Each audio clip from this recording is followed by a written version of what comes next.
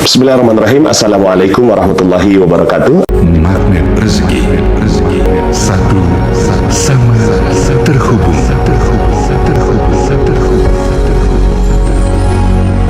Bapak Ibu, pada kesempatan kali ini saya ingin menyampaikan materi tentang cermin ajaib, ya. Nah, cermin ajaib ini luar biasa Bapak Ibu.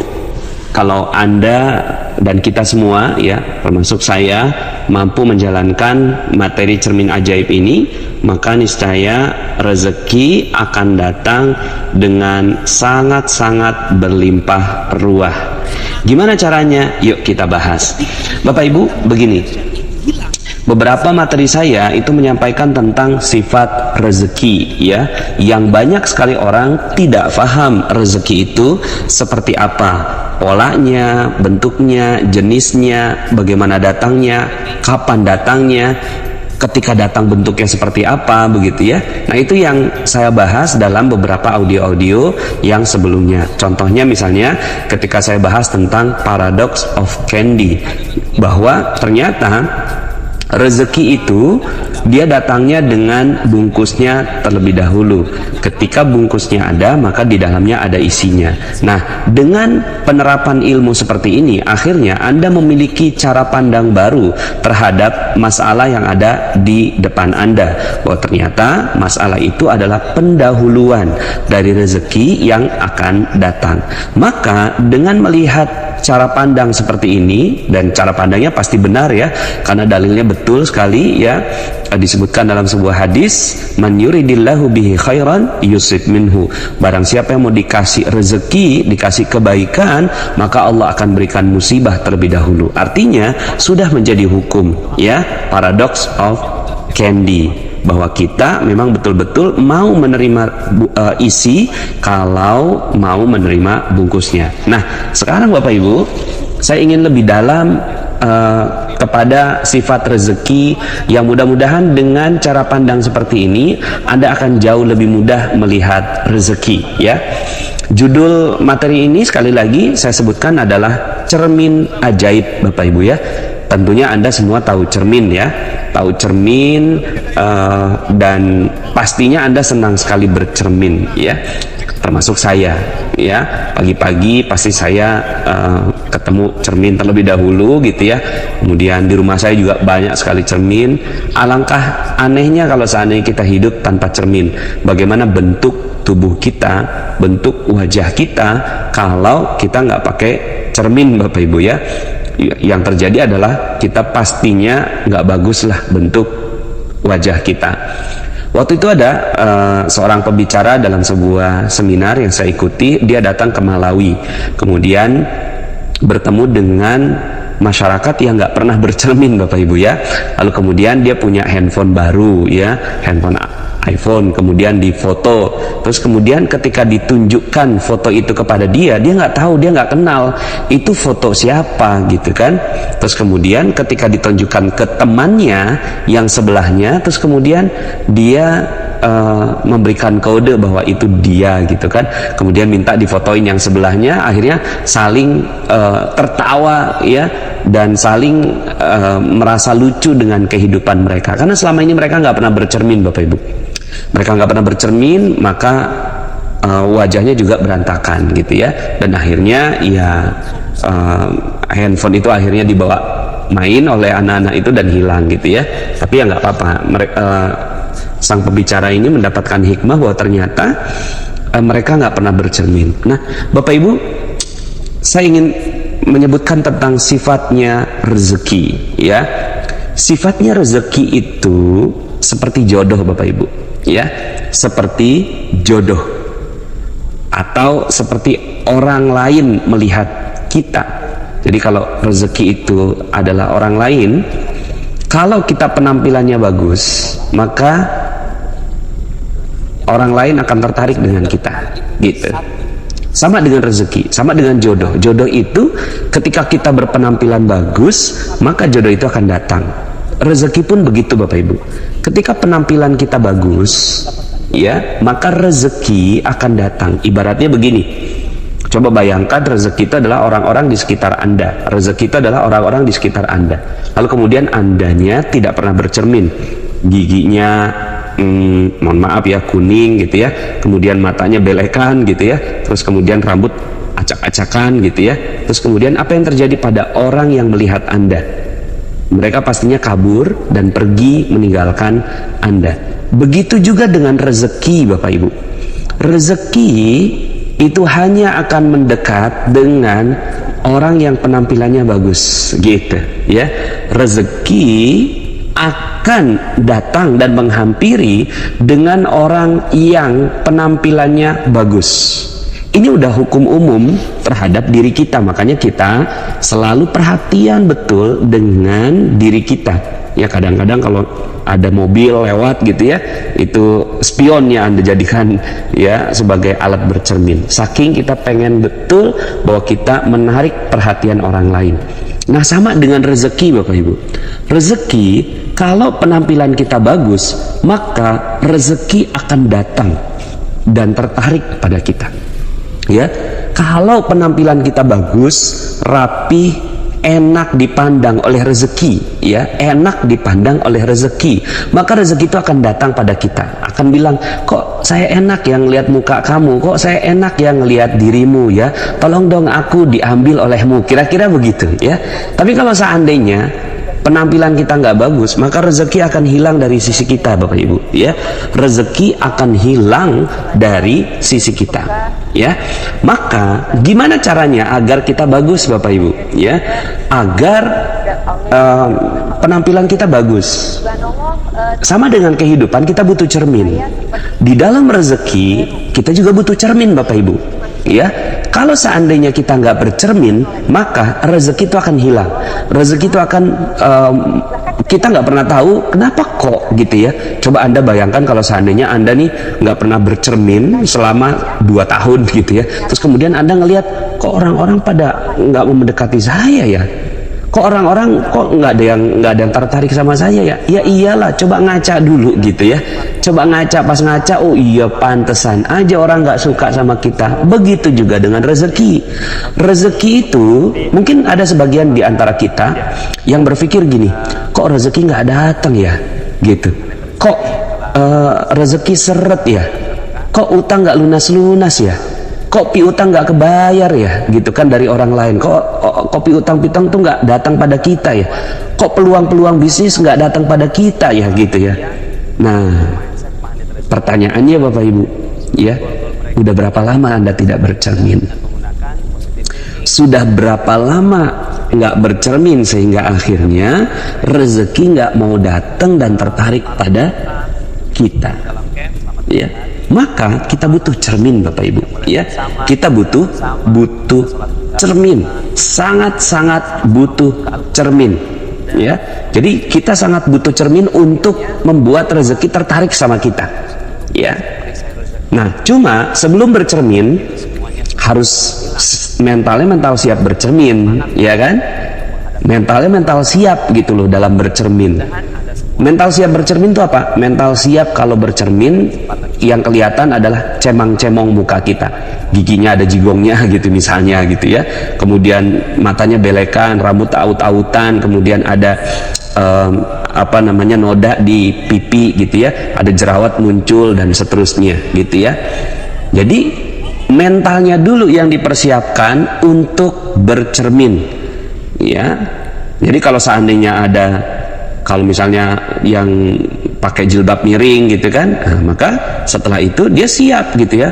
Bukan yang sering terjadi ya, karena kita nggak pernah paham bahwa ini ada cermin dalam kehidupan kita. Maka yang terjadi seperti dalam sebuah pepatah mengatakan ya, buruk muka cermin dibelah, ya. Buruk muka cermin dibelah. Jadi ketika bercermin terus kemudian cerminnya bilang kamu matanya belekan, oh langsung dihancurinnya si cerminnya. Bukan memperbaiki tubuh, bukan memperbaiki diri, ya, bukan mungkin sikat gigi setelah itu, mungkin nyisir setelah itu, tidak. Yang dilakukan adalah cerminnya yang dibelah, cerminnya yang dihancurkan. Nah, ini adalah orang yang tidak siap dalam bercermin. mentalnya nggak siap dalam bercermin. Nah, dalam rezeki yang harus dilakukan adalah yuk sama-sama kita bercermin. Apakah cermin itu? Ya. Jadi pertama mentalnya harus siap dulu. Kemudian yang kedua, Anda harus tahu cermin itu apa. Jangan-jangan Anda nggak tahu bahwa ini cerminnya. Jadi mentalnya adalah siap bercermin. Yang kedua, Anda tahu jenis cermin itu apa. Apa itu cerminnya? Cerminnya adalah ya berbagai masalah-masalah yang kita hadapi, Bapak Ibu. Ya, misalnya pas jalan gitu kan, pas jalan nih tiba-tiba ada nyerempet gitu. Pas ada yang nyerempet, oh itu cermin Bapak Ibu. Itu adalah cermin kehidupan kita. Oh, gitu ya. Kenapa ya saya diserempet orang? Maka pasti ada yang tidak baik dalam kehidupan kita, sehingga akhirnya ada orang yang nyerempet kita. Maka diserempetnya kita oleh orang lain adalah cermin untuk kita. Yang sering terjadi adalah ketika kita diserempet sama orang, kemudian mobil kita ditabrak, motor kita ditabrak, kemudian kita jatuh, maka yang sering terjadi adalah cerminnya yang dibelah. Buruk muka, cermin dibelah. Yang sering terjadi adalah kita nggak terima dengan cermin ini, lalu akhirnya yang terjadi kita marah-marah sama tuh cermin, dan akhirnya rezeki memang nggak akan pernah datang pada kita sedikit pun. Kenapa? Ya nggak mau bercermin, sementara rezeki itu tertarik sama yang pribadinya bagus, ya. Maka seluruh masalah-masalah kita adalah cermin, Bapak Ibu. Nah, ini yang harus kita kenal. Kita nggak pernah mengenal bahwa ini adalah cermin. Ya, dihina orang, ya, dikata-katai orang, digosipin orang, digibahin orang, ya, kemudian bisnis merugi, ditipu orang, ya, dikhianati teman. Ini Bapak Ibu adalah cermin. Coba selama ini kita nggak pernah menganggap bahwa itu cermin. Kita menganggapnya bahwa kenapa kok hidup saya susah, kenapa kok seperti ini, kenapa kok bertubi-tubi gitu. Bukan. Kehidupan ingin menunjukkan kepada kita bahwa ada yang tidak tepat di dalam kehidupan kita. Ya. Jadi pertama, mentalnya harus siap dulu, ya kan? Mentalnya harus siap dulu. Kalau seandainya kita mau bercermin, ini cerminnya cermin ajaib Bapak Ibu ya. Dia selalu memberikan respon terhadap segala kehidupan kita. Makanya Anda harus betul-betul setelah materi ini, Anda jadinya sangat sensitif terhadap kehidupan Anda. Sangat-sangat sensi. Karena cermin itu sesuatu yang kita nggak suka. Ya, kalau kita suka itu bukan cermin namanya. Makanya ketika Anda bercermin dengan fisik Anda gitu ya, maka yang Anda harapkan bukan ketika bercermin, wah udah bagus gitu kan, sehingga Anda nggak butuh cermin. Tidak. Tapi ketika bercermin, Anda melihat cemang-cemong gitu kan, Anda melihat rambut Anda yang berantakan, jilbab Anda yang berantakan, dan yang lain-lain gitu ya. Akhirnya Anda katakan bahwa oke, saya sangat-sangat berbahagia karena cermin menunjukkan kepada saya tentang apa yang harus saya perbaiki. Oke? Jadi Bapak Ibu, cermin dalam kehidupan kita adalah hal-hal yang kita nggak suka, hal-hal yang kita sebenarnya tidak inginkan. Itu adalah cermin, seluruhnya cermin Bapak Ibu. Ya, jatuh dari tangga gitu ya, yang sering kita katakan apanya, tangganya ini nakal ya. Bahkan dari kecil kita mendidik anak-anak kita, bahkan kita dididik oleh orang tua kita. Ketika kita jatuh gitu ya, terus kemudian ya, ketika kita jatuh, terus apa yang terjadi Bapak Ibu ya, kadang kita waktu itu masih kecil, masih anak-anak gitu ya, kemudian dibilangin ini nih tangganya nakal begitu ya. Jadi yang disalahkan tuh tangganya. Dari kecil kita dididik seperti itu. Yang kita lakukan adalah buruk muka, cermin dibelah. Jadi semuanya kita salahkan. Akhirnya yang terjadi adalah ketika kita mengalami hal yang tidak enak, musibah, cobaan, ujian, hinaan, direndahkan orang gitu ya, kemudian masalah-masalah nggak selesai, utang nggak lunas-lunas, piutang nggak terbayar-bayar gitu ya, kita diusir dari rumah kontrakan kita, mau masuk penjara, dipanggil polisi gitu ya, kemudian kok nggak harmonis sama istri, nggak harmonis sama suami, orang tua kok marah terus sama kita, lalu kemudian selama ini kita buruk muka, cermin dibelah, kita salahkan semua yang ada di luar kehidupan kita dan mengatakan bahwa ini nih semua yang nggak benar. Akhirnya terkenallah yang disebut sebagai kambing hitam, Bapak Ibu. Ya, kambing hitam itu keluar dari apa? Keluar dari mental kita yang tidak siap bercermin. Maka ketika ada masalah, apa yang harus kita lakukan? Yang harus kita lakukan adalah kita siap dan mengatakan bahwa terima kasih kehidupan, kau telah berikan cermin untuk saya. Begitu Bapak Ibu. Nah, jadi pertama, siap mentalnya untuk bercermin. Yang kedua, tahu bahwa seluruh hal-hal yang tidak kita suka dalam kehidupan kita adalah cermin yang berguna dan bermanfaat. Yang ketiga, bersyukurlah ketika cermin itu terjadi. Bersyukurlah ketika cermin itu terjadi, ya. Dan yang keempat, Bapak Ibu, langkahnya adalah memperbaiki diri setelah cermin menunjukkan sesuatu. Gitu Bapak Ibu, ya. Nah, akhirnya pola hidup seperti ini akan membuat kita jadi berhati-hati. Ketika ada sesuatu yang terjadi pada kehidupan kita, langsung yang disalahkan bukan cerminnya. Siapa yang disalahkan? Kita. Ya, cermin nggak ada yang salah. Emang ada cermin yang salah? Ya mungkin cerminnya cembung atau cerminnya cekung, ya itu udah urusan lain. Tapi rata-rata cermin itu datar, ya. Pokoknya cermin nggak pernah ada yang salah. Siapa yang salah? Ya kita, gitu. Cerminnya benar, ya. Gunanya untuk apa? Gunanya untuk memperlihatkan kepada kita bahwa ada sesuatu yang harus kita perbaiki. Sehingga akhirnya cermin kehidupan kita ini luas sekali Bapak Ibu. Akhirnya semua kehidupan kita cermin, betul nggak? Ya, akhirnya semua kehidupan kita cermin. Ya, kalau seandainya ada yang punya masalah dalam kehidupannya, coba ya lakukan 4 tahap ini. Mentalnya siap bercermin, tahu bahwa itu adalah cermin, ya, bersyukur karena cermin itu sudah ditujukan kepada Anda, ya, dan yang keempat adalah memperbaiki diri. Saya mau kasih beberapa ilustrasi Bapak Ibu, contoh-contoh ya, yang saya alami lah begitu ya, karena saya juga belajar betul tentang ilmu ini gitu ya. Berkali-kali saya coba, Masya Allah, iya juga ya gitu ya. Kenapa kok rezeki saya ini nggak datang pada saya? Karena sayanya yang nggak mau bercermin. Tapi ketika saya bercermin Bapak Ibu dan mencoba untuk mensyukuri cermin saya, subhanallah, ternyata rezeki itu berlimpah ruah datangnya. Contoh Bapak Ibu, waktu itu ada ya ini juga saya doakan ya,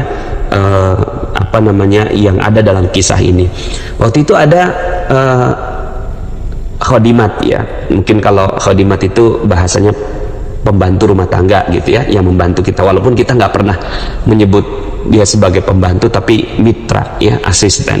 Nah, ini ada asisten rumah tangga kita yang berbuat tidak baik, barang-barang hilang, uang hilang, sampai kemudian akhirnya saya sadar bahwa kok saya beberapa kali meletakkan uang di tempat ini kok nggak ada gitu ya, kok hilang begitu. Terus kemudian akhirnya satu rumah itu merasakan kok ada yang mulai satu persatu barang hilang, satu persatu barang hilang begitu ya. Sampai satu hari kami berjalan dengan mitra asisten rumah tangga kami tadi itu ya, kami jalan keluar gitu ya dengan simbaknya gitu kan, anak saya ada di rumah. Kemudian anak saya ini ngasih kabar gitu, ini barang aku yang hilang ketemu gitu. Ketemu di mana? Ketemu di tempat lemarinya si Mbak gitu ya. Coba dilihat lagi, kata istri saya, coba dilihat lagi itu ada apa aja di sana. Pas dilihat ternyata ada uang, ada dolar kita di situ, ada barang-barang unik kita, ada baju-baju anak saya dan seterusnya, ada di tempat itu ya. Nah kemudian ya itu simbanya ada di mobil gitu ya. dapat kabar seperti itu, istri saya itu langsung berubah mukanya gitu ya. Saya waktu itu lagi nyetir gitu ya, terus kemudian ketika si mbaknya kemana gitu kan, mungkin berpisah dengan kita, istri saya bisik-bisik ke saya bahwa terjadi kejadian seperti ini. Kemudian saya bilang gini, oh ya pantas gitu ya, uang saya memang beberapa kali hilang. Terus gimana nih Bi? Gitu kan, kata istri saya seperti itu. Nah pada saat itu Bapak Ibu, saya mengingat materi cermin ajaib ini ya. Kemudian saya katakan gini, oh oke, ini adalah cermin, alhamdulillah saya sudah dikasih cerminnya dan saya yang salah gitu. Kaget istri saya, loh kok kita yang salah sih Bi? Udah jelas-jelas dianya mencuri, udah jelas-jelas dia klepto, udah jelas-jelas dia ngambil barang kita, kenapa kok bisa kita yang salah gitu kan. Kemudian saya coba cari, apa ya salah saya apa ya. Saya mencoba bercermin, karena yang salah bukan si mbaknya, nggak pernah ada orang lain di luar kita yang salah, pasti saya yang salah. Karena saya bercermin, ini kehidupan ini kasih tahu, oh berarti saya yang salah. Salah saya apa ya? Kemudian saya bilang sama istri saya, oh salah kita Mi, karena kita nggak pernah ngajarin dia, gitu saya bilang. Salahnya kita karena kita nggak pernah ngajarin dia, kita terlalu sibuk bekerja, saya terlalu sibuk gitu ya, mungkin memotivasi orang di luar sana, tapi ada orang yang ada di dalam kehidupan saya tidak saya berikan perhatian. Maka di situ salah saya. Maka saya bercermin, oh iya saya yang salah, oh iya ada cemong dalam kehidupan saya gitu.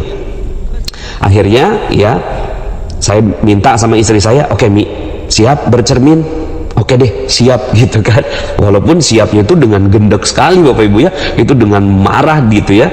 Tapi saya bilang oke, yuk, ini adalah momentum bagi rezeki untuk datang pada kita. Gitu saya bilang gitu ya. Ini adalah momentum bagi rezeki untuk datang pada kita. Kalau kita mau bercermin, maka rezeki datang. Kalau kita nggak mau bercermin, maka rezeki hilang. Mau pilih yang mana? Gitu.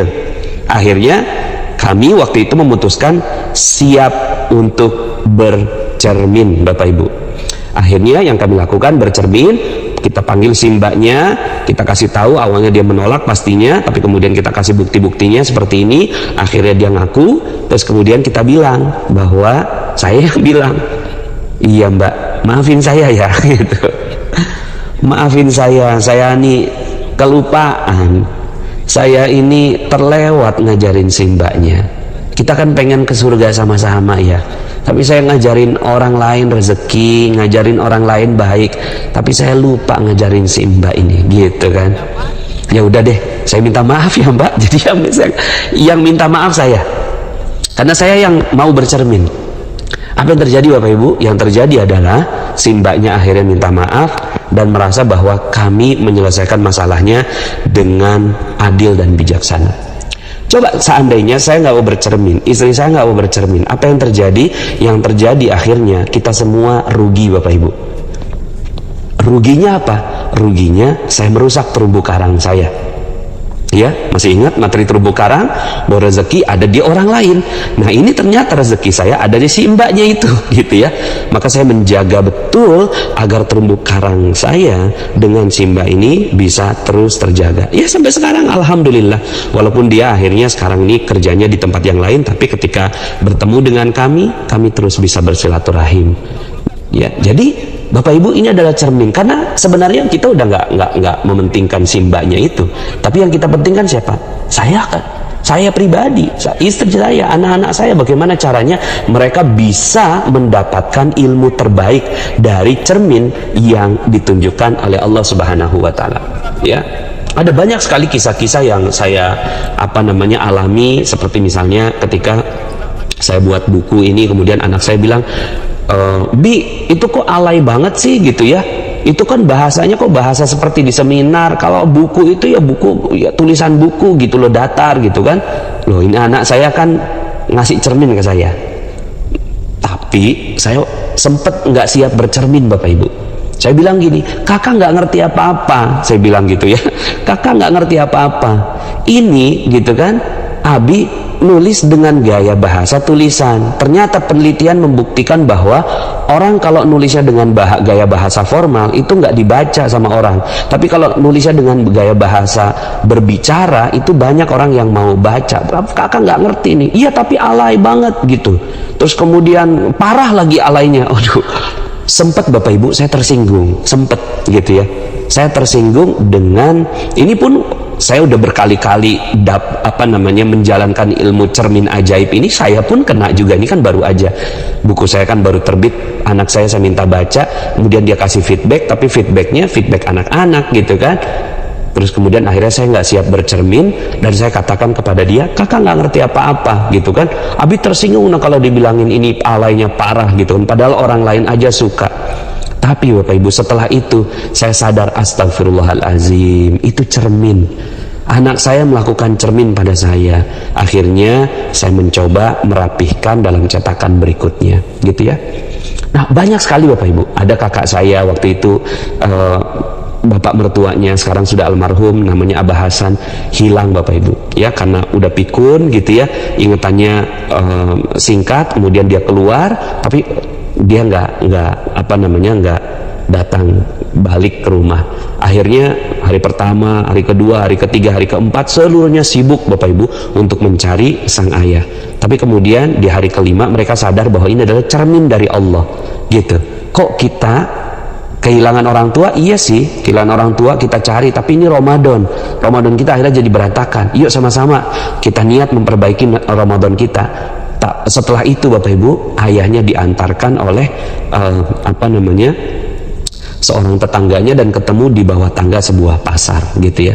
Hari pertama, kedua, ketiga, keempat keluarganya tidak siap menerima cerminnya. Jadi masalah itu cermin Bapak Ibu, nggak siap gitu ya. Yang disalahkan apanya? Yang disalahkan adalah ya masalah gitu, cerminnya masalah. Tapi kemudian akhirnya di hari kelima mereka siap bercermin. Oke, kita ada yang salah, yuk kita sama-sama perbaiki. Dan ketika mereka siap memperbaiki diri, lalu kemudian rezekinya datang, sang ayah datang kembali dengan baik. Nah Bapak Ibu, inilah cermin-cermin dalam kehidupan kita. Dan saya yakin ya, ketika Bapak Ibu mengalami masalah-masalah ya dalam kehidupan, itu bukan masalah kok. Itu tuh waduh, anugerah yang luar biasa. Allah ingin agar kita bercermin gitu.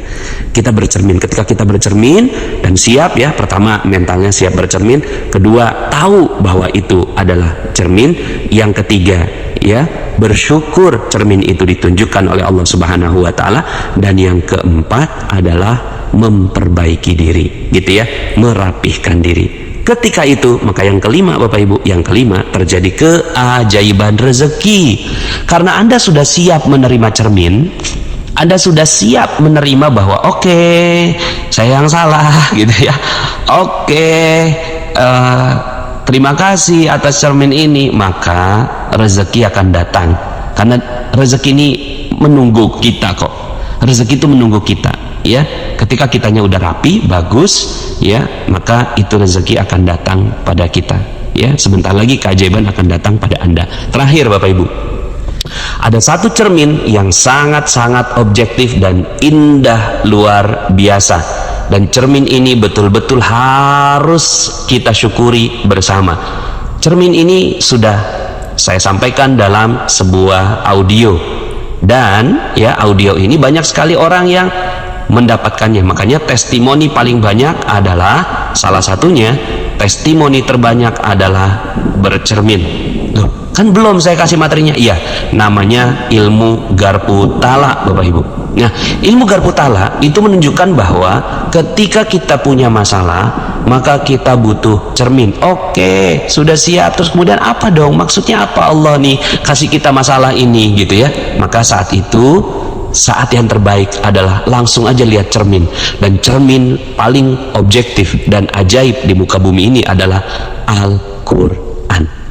Al-Quran, ilmu garpu tala. Nih saya tambah dosis ilmu garpu tala. Jadi ilmu garpu tala plus ilmu cermin ajaib Bapak Ibu. Maka yang harus dilakukan adalah, banyak orang, beberapa juga itu tidak bisa melihat panas, kok nggak ada hubungannya sih ketika saya buka Al-Quran, kok nggak ada hubungannya ya, kok saya dibilangin di situ disebutin bahwa ada orang kafir, ada orang zolim, saya kan nggak kafir Pak Nas gitu kan, saya kan nggak zolim Pak Nas. Garpu Tala nggak mungkin salah, nggak mungkin keliru. Ketika dibuka itu, yang keliru apanya? Yang keliru karena kita tidak siap bercermin.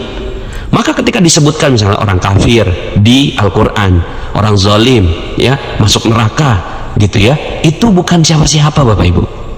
Lihatlah Al-Quran sebagai cermin. Pas Anda lihat, Masya Allah gitu ya, ternyata gitu, saya lalai terhadap perintah Allah. Ya Allah, ternyata saya yang kafir. Kafir ini kan nggak mesti murtad Bapak Ibu ya, nggak mesti keluar dari agama gitu ya, tapi juga hal-hal yang tidak sesuai dengan perintah-perintah Allah itu juga bagian dari kekafiran, bagian ya, bukan kekafiran secara keseluruhan, tapi bagian dari kekafiran. Maka ketika melihat Al-Quran, maka Allah akan buka Bapak Ibu, Allah akan buka ya. Apa yang dibuka? Yang dibuka adalah apa rahasianya gitu. Jadi cermin paling objektif. Kadang-kadang kan kita ketika ada masalah diserempet orang, maksudnya apa? Oh iya, saya yang salah. Salahnya apa ya? Nggak ngerti saya gitu ya, salahnya apa? Tapi ketika Anda buka Quran, ya Allah, saya kok diserempet orang, maksudnya apa ya? Pas dibuka, ternyata Allah ya menunjukkan misalnya gitu ya, apa gitu ya, ternyata di situ sholat, oh ternyata sholat kita telat, akhirnya dijadikan mobil kita diserempet orang begitu ya. Nah maka kalau sebagian diantara Anda, kan ada beberapa yang japri ke saya, Pak Nas kok saya nggak ada hubungannya nih, saya nggak ngerti apa Garpu Tala gitu ya. Ya saya nggak mungkin jawabin satu persatu, dan saya juga nggak mungkin tahu masalah-masalah Anda Bapak Ibu, tapi coba deh gitu ya, tanya kepada hati yang paling dalam, pernah berbuat salah apa? Karena Al-Quran adalah cermin ajaib buat kita semua. Masalah adalah cermin ajaib.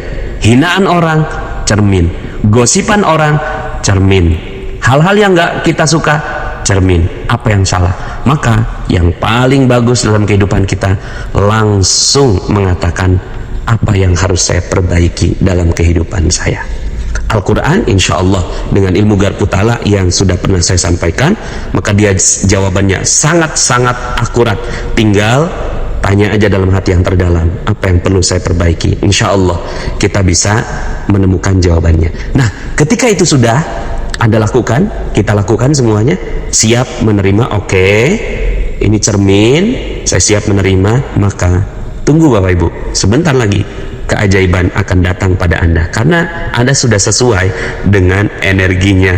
Rezeki suka sekali dengan yang penampilannya bagus ya, rezeki sangat suka sekali dengan yang penampilannya bagus. Maka setelah itu tiba-tiba ada orang yang mengembalikan piutangnya kepada Anda, tiba-tiba ada orang yang bayarin hutang Anda, tiba-tiba ada Anda closing sebuah produk, tiba-tiba ada konsumen Anda yang tadinya nggak pernah menghubungi Anda beberapa lama, tiba-tiba dia beli sebuah produk pada Anda, tiba-tiba ada investor yang datang pada Anda, tiba-tiba orang tua Anda menghubungi dan memberikan rezeki pada Anda dan memberikan ridhonya pada Anda, tiba-tiba anak Anda diterima masuk dalam sebuah universitas, tiba-tiba suami Anda naik pangkat dan seterusnya. Itu tiba-tiba Bapak Ibu.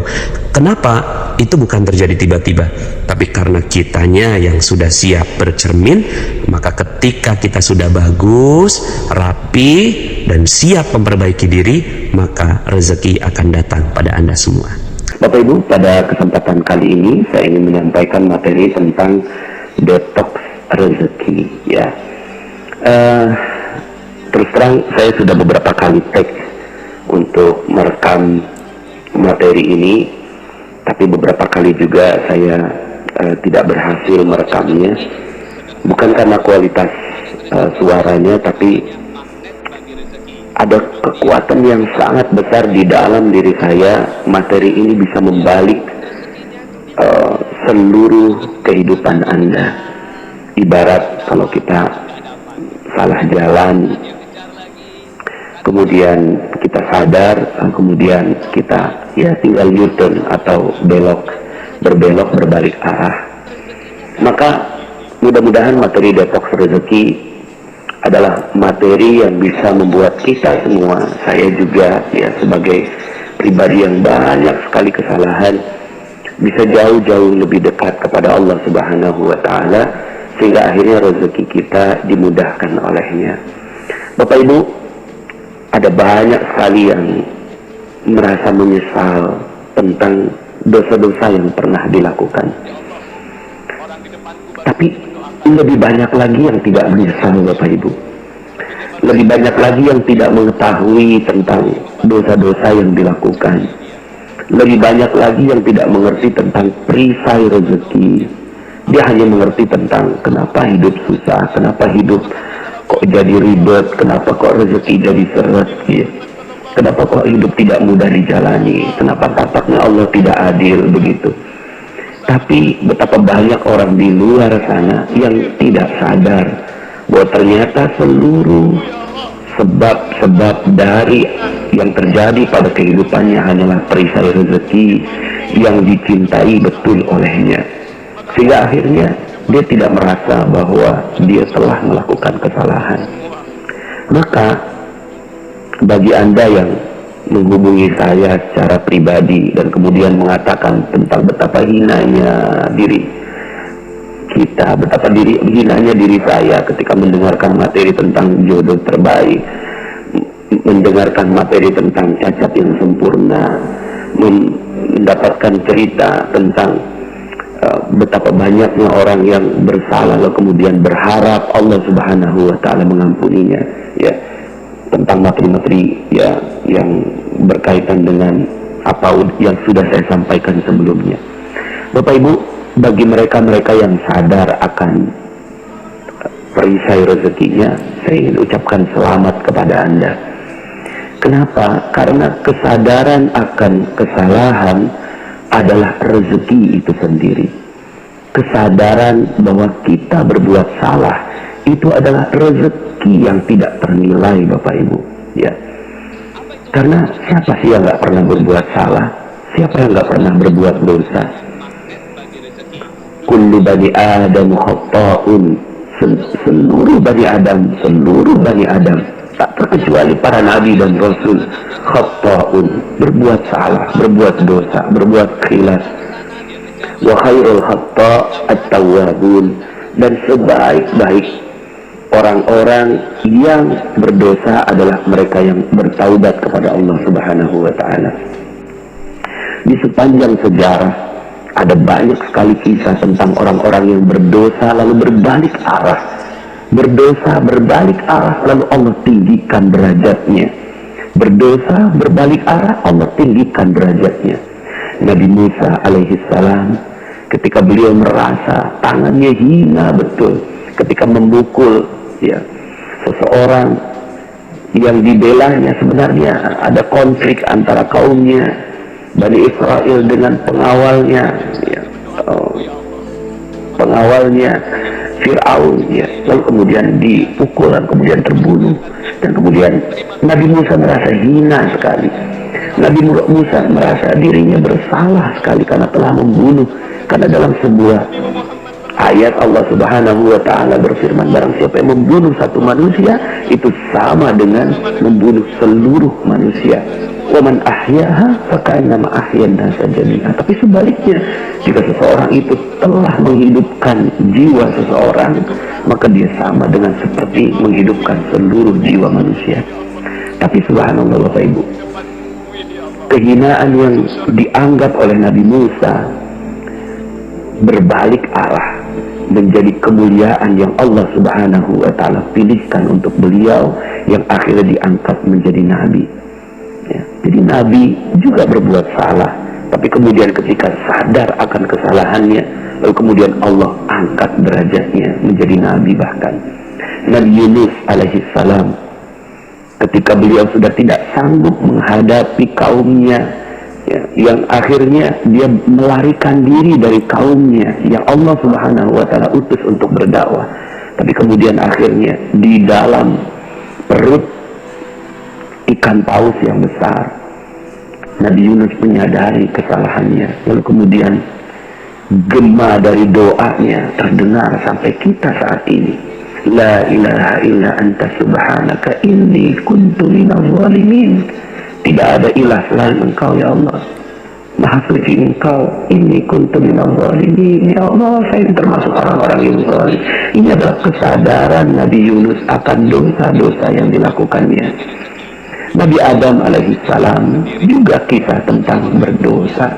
Ketika takdirnya masuk dalam surga Allah subhanahu wa ta'ala, dan kemudian tergoda ya, dan kemudian akhirnya diturunkan ke muka bumi, maka sepanjang kehidupannya Nabi Adam alaihissalam berdoa, Rabbana zalamna anfusana wa illam taghfir lana wa tarhamna lanakunanna minal khasirin. Ya Allah, aku telah menzalimi diriku sendiri. Allahumma rabbana zalamna anfusana wa illam taghfir lana, jika Engkau tidak mengampuni kami, lanakunanna minal khasirin, sungguh terjadilah kami menjadi orang yang merugi. Kisah Nabi Adam adalah kisah pengampunan, kisah pertaubatan. Sepanjang kehidupan Nabi Adam adalah meminta ampun kepada Allah subhanahu wa ta'ala. Maka kita melihat, jika Anda sekarang yang mendengarkan audio ini pernah berbuat salah, pernah berbuat dosa, pernah durhaka kepada kedua orang tuanya, menghancurkan terumbu karangnya, akan ada terumbu karang yang baru insya Allah buat Anda. Bagi Anda yang mungkin mendengarkan materi jodoh terbaik lalu terpukul sekali, apa begitu Pak Nas? Apa saya begitu hina? Saya pernah berzina dalam kehidupan saya sebelumnya. Bersyukurlah, karena nyawa kita belum sampai ke kerongkongan. Nyawa Anda, nyawa kita semua yang masih bisa mendengarkan audio ini belum sampai ke kerongkongan. Masih ada kesempatan untuk bertaubat kepada Allah subhanahu wa ta'ala. Memang benar, Allah seakan-akan ingin memberikan pesan bahwa hukumannya adalah dirajam sampai mati. Memang benar, seakan-akan untuk menunjukkan bahwa benar-benar dosanya besar sekali. Karena selama ini kita tidak pernah menganggap bahwa itu dosa. Kita iyalah dosa, tapi kita tidak pernah menganggap bahwa dampaknya begitu besar kepada kehidupan dunia kita maupun kehidupan akhirat kita. Kita anggap ya nantilah minta ampun kepada Allah, salaman kepada manusia, lalu kemudian bertaubat kepada Allah, diampuni. Enggak sesederhana itu. Ketika kita sadar bahwa ini adalah dosa yang sangat besar, maka itu adalah rezeki yang luar biasa buat kita. Mungkin selama ini Anda menganggap bahwa, waduh Pak Nas, kalau saya sudah pernah berzina, pantas saja rezeki saya hancur seperti ini. Karena sepertinya saya sudah tidak pantas untuk mendapatkan rezeki dari Allah. Tapi yuk sama-sama kita bergabung dengan kafilah pertaubatan, dengan kafilah orang-orang yang sadar akan dosanya, kafilah para nabi yang mengakui dosa, kafilah orang-orang yang dimuliakan oleh Allah subhanahu wa ta'ala. Bahkan ada banyak sekali kisah tentang mereka-mereka yang sadar akan dosanya. Tapi kekuatan kesadaran akan dosa, kesadaran akan dosa ini yang membuat akhirnya Umar bin Khattab dalam sebuah hadis Rasulullah SAW bersabda, ittaqillaha haitsuma kunta wa atbi'is sayyi'atal hasanata tamhuha. Bertakwalah kepada Allah dimanapun kau berada, dan iringilah perbuatan buruk dengan perbuatan baik, karena kebaikan dapat mengkompensasi keburukan. Maka hadis ini menjadi kabar gembira bagi Umar bin Khattab radhiyallahu anhu, menjadi kabar gembira dan dijadikan ini sebagai ruh kehidupan bagi Umar bin Khattab radhiyallahu anhu, ruh kehidupan bagi Umar. Ya, ketika kesalahannya ingin ditutupi dengan kebaikan demi kebaikan demi kebaikan, sampai akhirnya Umar bin Khattab radhiyallahu anhu menjadi manusia mulia yang kita kenang sampai sekarang. Karya dari Umar bin Khattab radhiyallahu anhu, masya Allah, begitu besar, dan ternyata itu berangkat dari sebuah kesadaran akan kesalahan.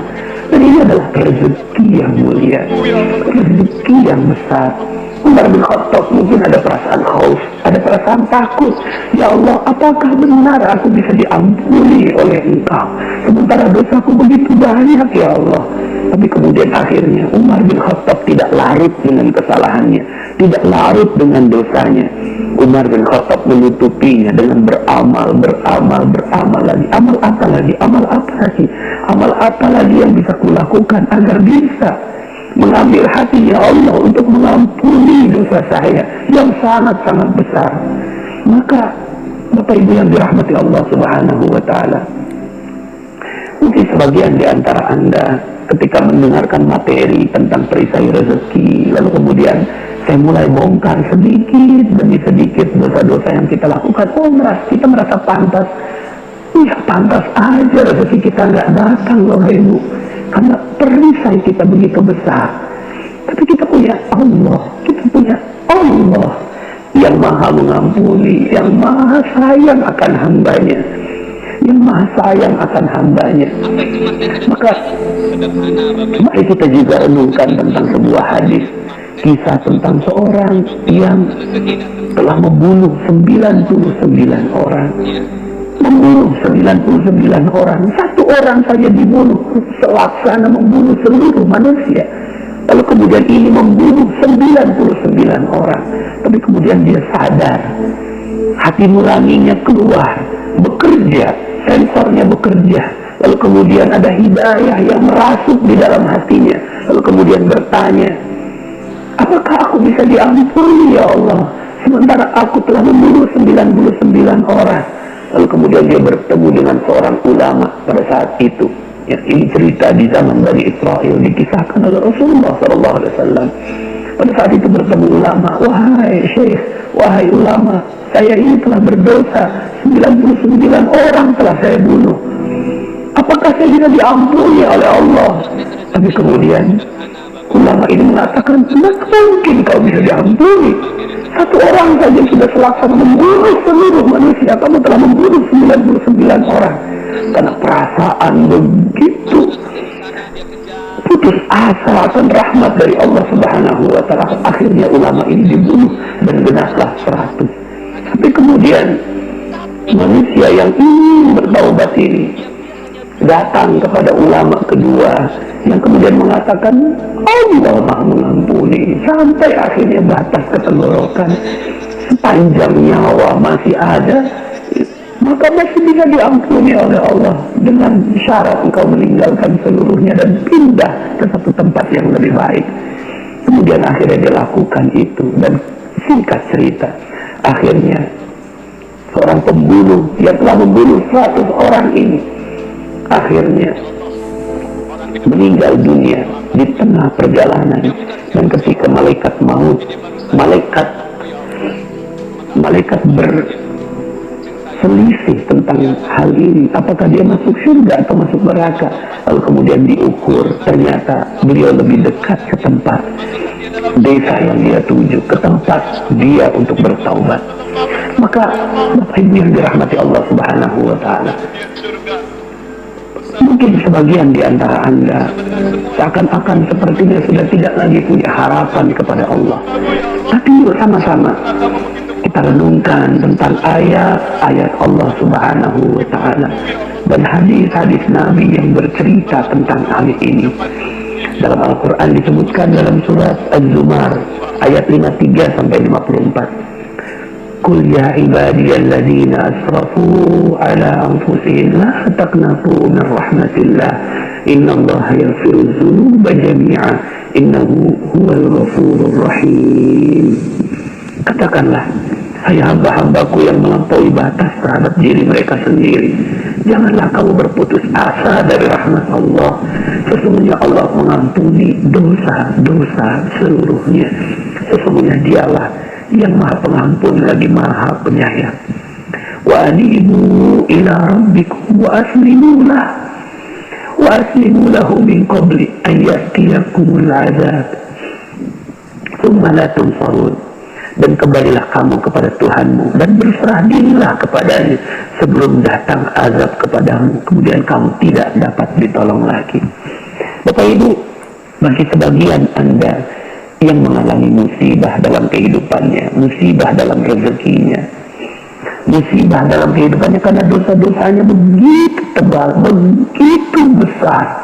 Maka yuk sama-sama kita jadikan ini sebagai momen untuk kembali kepada Allah Subhanahu wa ta'ala, bahwa insya Allah sepanjang nyawa kita masih ada dan belum sampai ke tenggorokan, kita masih memiliki kesempatan untuk bertaubat kepada Allah. Kita masih punya kesempatan untuk melakukan pertaubatan. Nah, Bapak Ibu, ini judulnya adalah detox rezeki, ya. Bagaimana kita bisa dengan jalan pertaubatan ini kita melakukan detox, ya. Mungkin Anda pernah melihat, dan ini pengalaman saya bersama istri begitu, ya. Ada yang memakai kosmetik bermerkuri, kosmetik berbahaya, lalu kemudian wajahnya hancur gitu, ya. Lalu kemudian dia sadar gitu setelah menggunakan kosmetik beberapa lama, kemudian akhirnya dia sadar bahwa zat yang dimasukkan ke dalam wajahnya adalah zat yang berbahaya. Lalu kemudian dia mulai sadar akan kesalahannya, tapi kemudian jalan untuk berbalik ke wajah yang semula itu adalah jalan yang terjal, Bapak Ibu. Jalan yang terjal mungkin akan keluar semua flek-fleknya, jerawat dan segala macam gitu, ya, dari wajahnya. Tapi kemudian ketika ada yang memahami bahwa ini adalah proses detox, ini adalah proses detoksifikasi, keluarnya racun dari seluruh tubuh, maka dia bisa menerima dengan begitu sabarnya. Maka Bapak Ibu, logika rezeki yang kita bangun, ya, setelah beberapa materi ini, mungkin ada sebagian di antara Anda yang ingin rezekinya baik, bisa, insya Allah akan ada banyak sekali kesempatan untuk Anda, masih bisa kok gitu. Kalau Anda sekarang ini hutang nggak lunas-lunas, piutang tidak terbayar, lalu kemudian Anda harus diusir, bahkan sebagian di antara Anda yang dipenjara, ada yang ditangkap, asetnya disita, dihancurkan semua kehidupannya, dihina oleh orang lain. Maka yuk sama-sama kita melihat kehidupan kita, episode kehidupan kita bisa jadi itu karena dosa-dosa yang kita lakukan, tapi it's okay, nggak apa-apa. Yang penting Anda sadar akan kesalahan, yang penting kita sadar akan kesalahan, lalu kemudian kita berbalik. Tapi jalan berbalik ini jangan meminta instan, Bapak Ibu. Kita sudah terlalu jauh berjalan dari jalur yang Allah inginkan. Kita terlalu jauh berjalan, lalu kemudian kita sadar bahwa ini bukan jalannya, lalu kemudian kita mulai berbalik. Tapi jalan berbalik adalah jalan yang terjal, seperti jalan detox itu, Bapak Ibu. Lalu kemudian seluruh racun-racun keluar, hinaan, cobaan, deraan. Mungkin kita perlu beberapa tahun, sampai kemudian akhirnya Allah Subhanahu wa ta'ala berikan rezeki yang baik untuk kita. Yang perlu kita sadari adalah bahwa sudah, kita minta ampun kepada Allah atas seluruh kesalahan-kesalahan yang telah lalu. Kemudian kita sadar bahwa kita berbuat salah. Yang repotnya ini ada banyak orang yang ingin rezekinya berlimpah, tapi dia nggak sadar bahwa dia pernah berbuat salah. Merasanya bahwa hidup saya baik-baik saja, saya nggak pernah berbuat salah, ya. Lalu kemudian, tapi ternyata hidupnya nggak harmonis, masalah di mana-mana, ya. Kemudian kehidupan yang nggak nyaman, itu juga bagian dari kesalahan. Kalau seandainya hidup kita udah benar, ya, hidup kita udah bagus, hidup kita udah rapi, maka pasti rezeki datang dan bagai air bah. Kita harmonis dengan keluarga, hidup kita nyaman. Kalau belum terjadi seperti itu, mungkin kita perlu berbalik. Dan saat berbalik itu kita perlu mengalami yang namanya detoksifikasi, keluarnya racun-racun. Maka jangan heran, mohon maaf, mohon izin bagi mereka yang ingin menekuni jalan ini. Bagi mereka-mereka yang ingin mengetahui tentang jalan ini, maka jalan ini akan dipenuhi dengan keluarnya racun-racun yang ada dalam tubuh kita. Kalau keluar itu, maka berbahagialah. Makanya Dalam materi sebelumnya saya sampaikan tentang yang namanya paradox of candy. Akan ada bungkus-bungkus yang banyak yang dikeluarkan. Mungkin barang Anda hilang, mungkin Anda akan dihina orang, mungkin ya akan ada banyak sekali pengorbanan yang keluar dari diri Anda. Tapi itulah prosesnya, itulah detoxnya, itulah bungkus-bungkus yang keluar. Sabar saja, sebentar lagi isinya akan datang. Sebentar lagi isinya akan datang. Mungkin saya ingin sedikit cerita tentang ada satu kisah yang saya lihat betapa dahsyat buat saya, dan detoxnya cepat begitu ya. Ya mungkin bukannya cepat ya, tapi di antara jalan yang Allah pilihkan untuk detoksifikasinya, Allah kasih hadiah gitu. Allah kasih hadiah. Ini kisah tentang seorang nenek. Nenek ini hobinya minta-minta, Bapak Ibu. Setiap hari minta-minta. Dia nggak sadar bahwa minta-minta adalah dosa. Berharap kepada manusia, meminta-minta, ini adalah dosa. Dia nggak sadar ini. Dan dia merasa, oke, yang lain dia berada di dalam komunitas peminta-minta. Ini adalah sesuatu yang wajar, ini adalah mencari nafkah. Tapi dia nggak sadar bahwa ternyata Allah nggak suka dengan perbuatan ini. Maka kemudian akhirnya dia tahu bahwa dia dapatkan kisah tentang Ustadz Yusuf Mansur. Dia datanglah ke pengajiannya Ustadz Yusuf Mansur ya. Akhirnya dia datang bukan buat ngaji, tapi buat minta-minta ya. Sampai akhirnya ya panenlah Bapak Ibu ya, karena Ustadz Yusuf Mansur ini mendoktrin jamaahnya untuk sedekah ya, sementara si nenek ini ada di luar ya, tinggal menengadahkan tangan. Sampai kemudian akhirnya seluruh jamaahnya menjadikan sang nenek ini sebagai alat praktikum Bapak Ibu ya. Lalu kemudian dia lakukan itu terus sampai kemudian akhirnya ketahuan sama jamaah Bapak Ibu. Dilaporkan sama Ustadz Yusuf Mansur ya, kemudian ketemu, nenek datang pengen minta-minta. Enggak Ustadz, saya nggak pengen minta-minta, saya pengen ngaji Ustadz. Wah, ini banyak orang yang laporan nenek seperti ini. Enggak Ustadz, gini aja deh, kalau besok datang pengen ngaji silakan dah, tapi kalau datang pengen minta-minta lebih baik jangan gitu. Kurang lebih seperti itu isinya nasihat Ustadz Yusuf Mansur kepada sang nenek. Akhirnya itu si nenek datang lagi besoknya, tapi berubah niat Bapak Ibu, berubah niatnya. Yang tadinya pengen minta-minta sekarang ngaji. Kenapa? Karena udah ketahuan sama Ustadz Yusuf Mansur. Sampai kemudian akhirnya ini nenek ngaji, sampai kemudian akhirnya ada tuh si nenek, ada Ustadz Yusuf Mansur, ada saya. Ini nenek ini ngoceh aja depan Ustadz Yusuf Mansur gitu ya, nggak tahu orang yang diocehin orang yang sibuk. Sampai kemudian Ustadz Yusuf Mansur bilang gini, udah nek, gak usah banyak ngomong, nih gue mau kasih duit ya.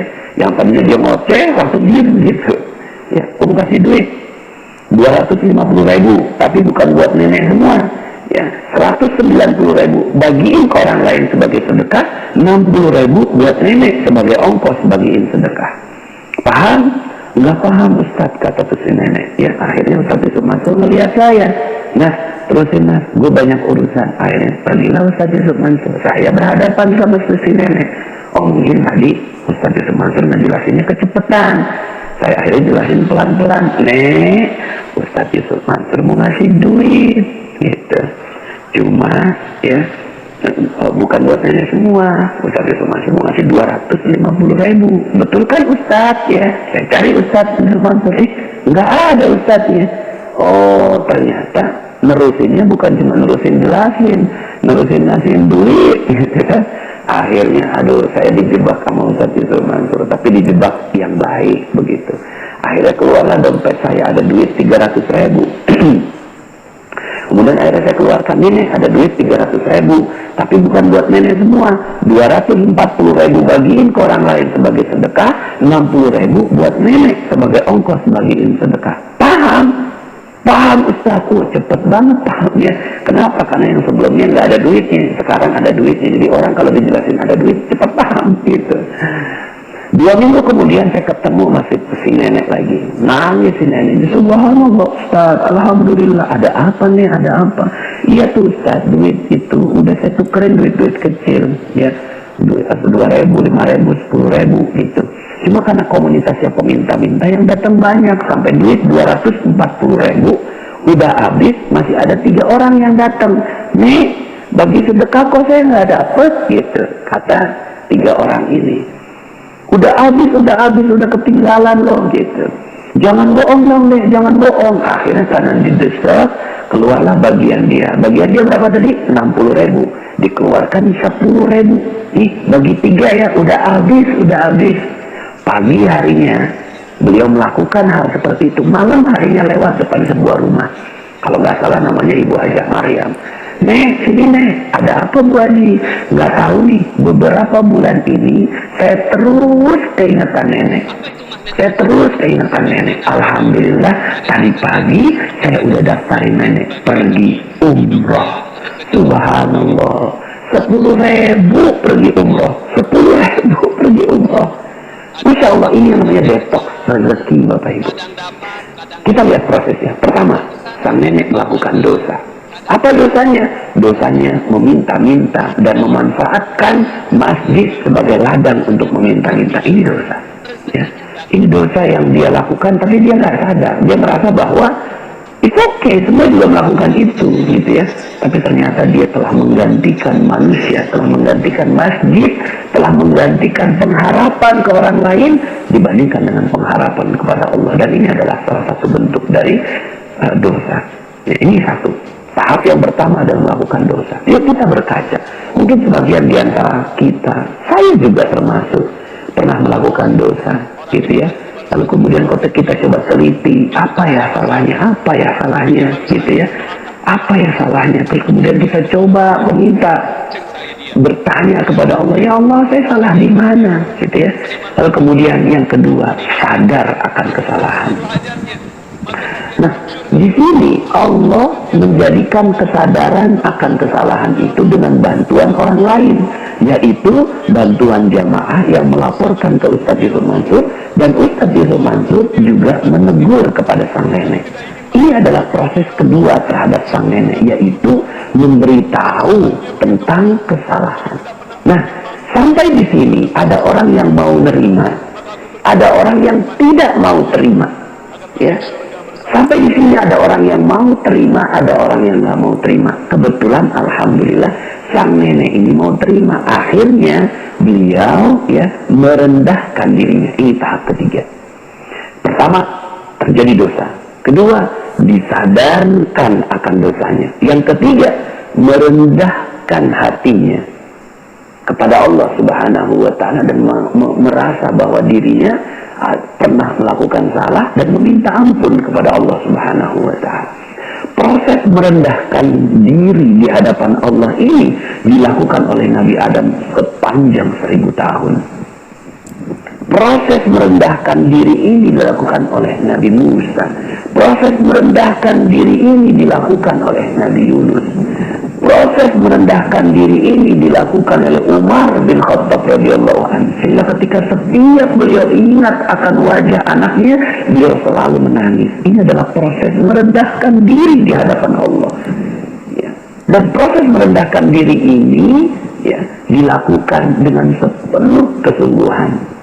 Kemudian setelah merendahkan diri di hadapan Allah, baru yang keempat, mengisi dengan aktivitas yang bisa menutupi dosa tersebut. Ya, yang dilakukan oleh sang nenek adalah ngaji, gitu ya. Ini yang dilakukan oleh sang nenek. Nah, yang dilakukan oleh Umar bin Khattab adalah menutupi dengan berbagai amal soleh.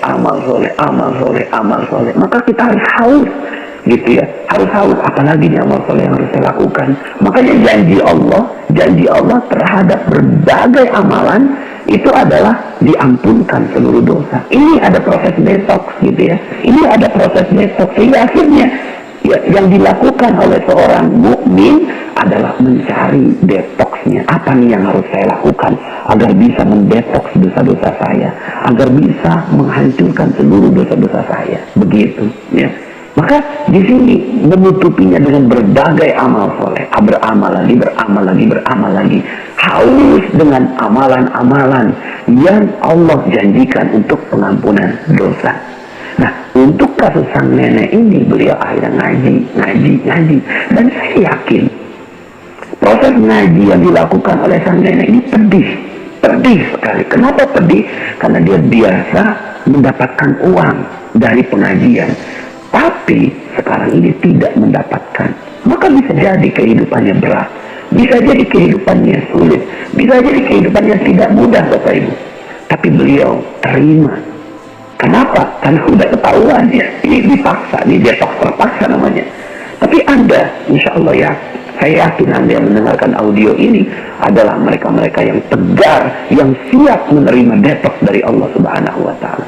Maka ada yang mengalami detoxnya selama 7 tahun, ada yang detoxnya selama 2 tahun, 3 tahun, 5 tahun, dan seterusnya. Nah, ini Bapak Ibu, ya, mengalami beratnya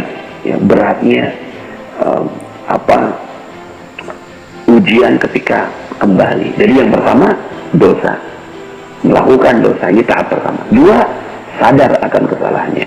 3, merendahkan diri di hadapan Allah Subhanahu wa Ta'ala. Yang keempat, diisi dengan berbagai amalan-amalan untuk mempercepat ditimbunnya dosa-dosa itu. Dan yang kelima adalah bersabar dengan prosesnya, bersabar dengan proses detoxnya, ya.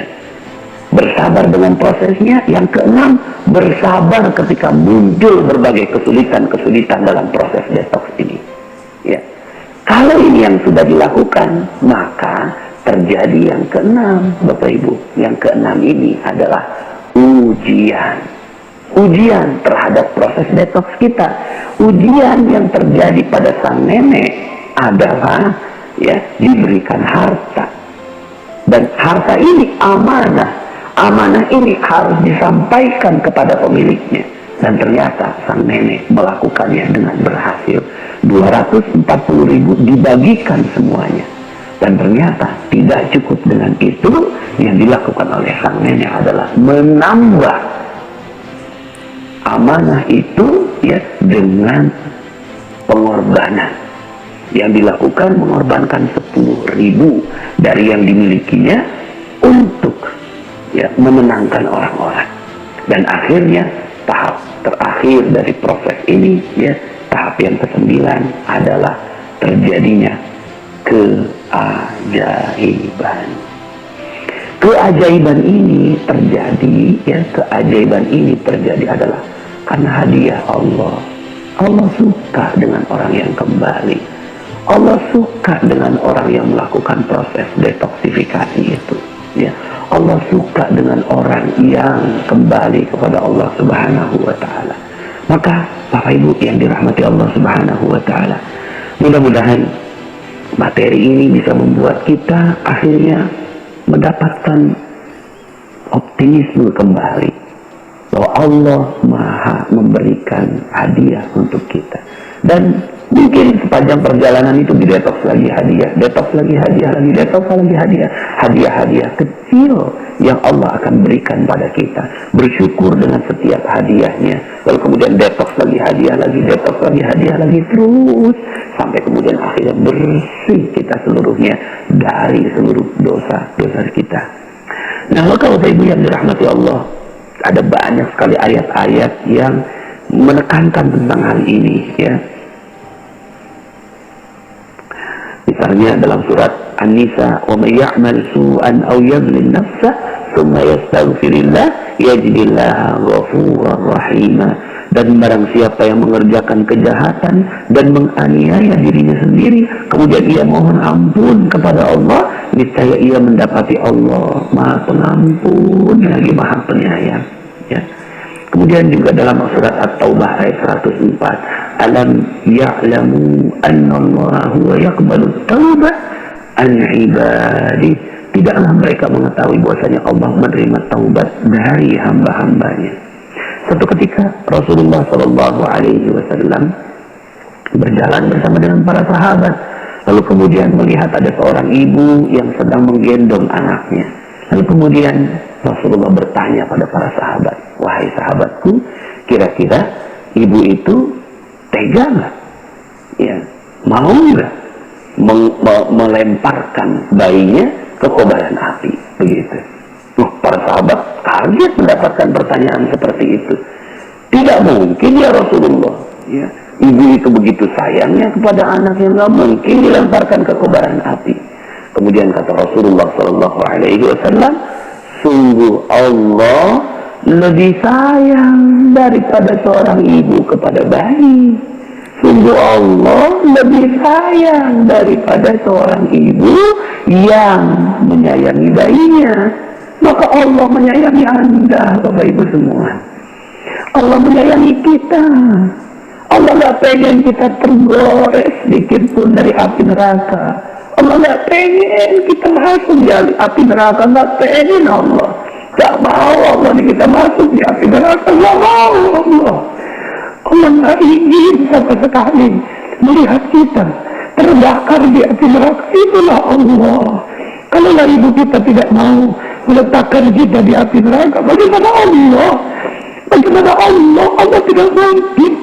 Tapi kemudian karena dosa-dosa kita, akhirnya Allah menghancurkan kita di kehidupan dunia. Supaya apa? Supaya gugur dosa-dosa kita, supaya hancur dosa-dosa kita, supaya habis dosa-dosa kita, dan kemudian kita menjadi manusia yang bersih di hadapan Allah. Dan ini adalah bentuk sayangnya Allah. Jadi kalau ditanya apakah Allah jahat pada saya? Tidak, malah sebaliknya. Allah maha sayang kepada hambanya. Allah maha sayang kepada hambanya. Lebih sayang daripada seorang ibu menyayangi bayinya. Subhanallah. Apa ini yang dirahmati Allah subhanahu wa ta'ala. Maka ini adalah kabar gembira bagi kita semua. Proses detox yang insya Allah kita semua akan mengalaminya. Jadi kalau seandainya kita mengalami kesulitan-kesulitan hidup, katakan kepada Allah. Katakan kepada Allah, seandainya kita mengalami kesulitan-kesulitan dalam hidup kita.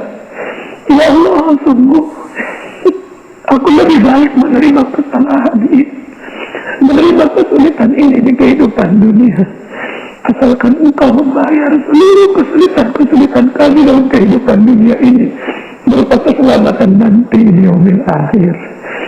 Tapi percaya Bapak Ibu, percayalah bahwa Allah juga berhak untuk memberikan harta rezeki yang berlimpah pada Anda dalam kehidupan dunia, asalkan Anda sabar dalam prosesnya. Asalkan Anda sabar dalam prosesnya. Di akhir dari audio ini saya ingin membacakan sebuah hadis yang ada dalam kumpulan hadis Arba'in nomor 42. Dalam sebuah hadis qudsi, Anas radhiyallahu anhu berkata, aku mendengar Rasulullah sallallahu alaihi wasallam bersabda, Allah subhanahu wa ta'ala berfirman, wahai anak Adam, selama kalian mau berdoa dan berharap kepada aku, pasti ku ampuni dosa yang pernah kalian lakukan. Pasti ku ampuni dosa yang pernah kalian lakukan, dan aku tidak peduli. Wahai anak Adam, seandainya dosa kalian membumbung setinggi langit, lalu kalian memohon ampun kepadaku, pasti aku ampuni. Wahai anak Adam, seandainya kalian datang kepadaku dengan membawa kesalahan sepenuh bumi, asalkan tidak menyekutukan aku, pasti aku mendatangimu dengan membawa ampunan sepenuh bumi pula. Subhanallah, Masya Allah. Mudah-mudahan kita semua diampuni oleh Allah Subhanahu wa ta'ala. Mungkin yang perlu kita lakukan adalah banyak-banyak beristighfar. Banyak-banyak beristighfar kepada Allah Subhanahu wa ta'ala. Semoga dengan istighfar ini Allah Subhanahu wa ta'ala akan mengampuni seluruh dosa-dosa kita. Mudah-mudahan dengan seluruh dosa-dosa ini Allah Subhanahu wa ta'ala akan mengampuni seluruh dosa-dosa yang kita lakukan. Yang kita bisa lakukan adalah beristighfar, lalu kemudian bertaubat kepada Allah Subhanahu wa ta'ala. Kemudian kita baca doa Sayyidul Istighfar yang nantinya akan saya ajarkan dalam kesempatan berikutnya. Kemudian juga membaca tahlil La ilaha illallah membaca La ilaha illallah.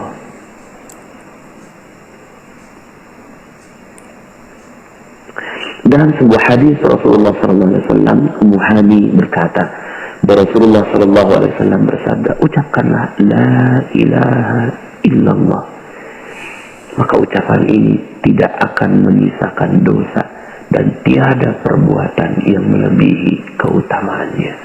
Hadis riwayat Ahmad. Semoga kita semua diampuni oleh Allah Subhanahu wa Ta'ala, dan akhirnya kita mendapatkan keberkahan di kehidupan dunia dan juga keberkahan di kehidupan akhirat.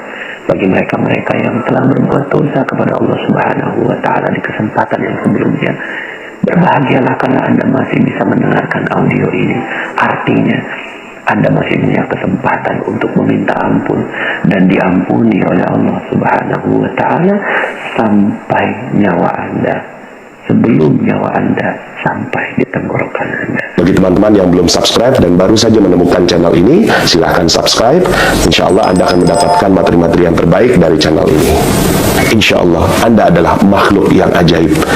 Tinggal kita sempurnakan faktor-faktornya. Dan insya Allah dalam video-video berikutnya kita akan lanjutkan materi ini sampai Anda menemukan potensi terbesar diri Anda dan menjadi makhluk ajaib sebagaimana yang Allah Subhanahu wa Ta'ala inginkan untuk Anda. Sampai jumpa. Assalamualaikum warahmatullahi wabarakatuh.